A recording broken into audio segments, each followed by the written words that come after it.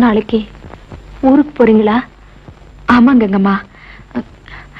ஆனா உன்னை பாக்குறதுக்கு நான் கண்டிப்பா வருவேன். எனக்கு என்னமோ மனசு சங்கடமா இருக்குமா. என்ன புள்ள பேசுற நீ? அதுக்காக அவங்க இங்கனே இருக்க முடியுமா? என்ன மறந்துடாதீங்க. உன்னை எப்படி கங்கம்மா மறக்க முடியும்? நான் ஒண்ணு செய்யறேன். நான் மெட்ராஸ்ல இருந்து உனக்கு கடிதம் எழுதுறேன். நீ எனக்கு பதில் போடு.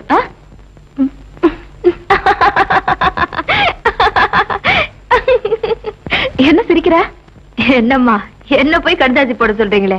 எனக்கு எழுத படிக்க தெரியாதுங்களே. ஓ, உன் புருஷனுக்கு அதுக்கு என்னமா தெரியும்? அதுவும் பாவம் குண்டு சட்டில குதிரை ஓட்டிட்டு இருக்குது. நாங்க படிப்பு கத்துக்கிட்டு என்னத்தங்க கிழிக்க போறோம்? மண்ணை நோண்ட தெரிஞ்சா போறாதுங்களா?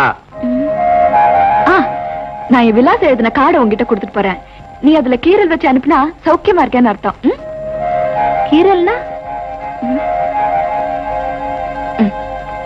இதுதான் கார்டு. இந்த மாதிரி என் விலாசம் எழுதின நிறைய கார்டை நான் உங்ககிட்ட கொடுத்துட்டு போறேன். எங்க உன் கை காட்டு. கட்ட விரல்.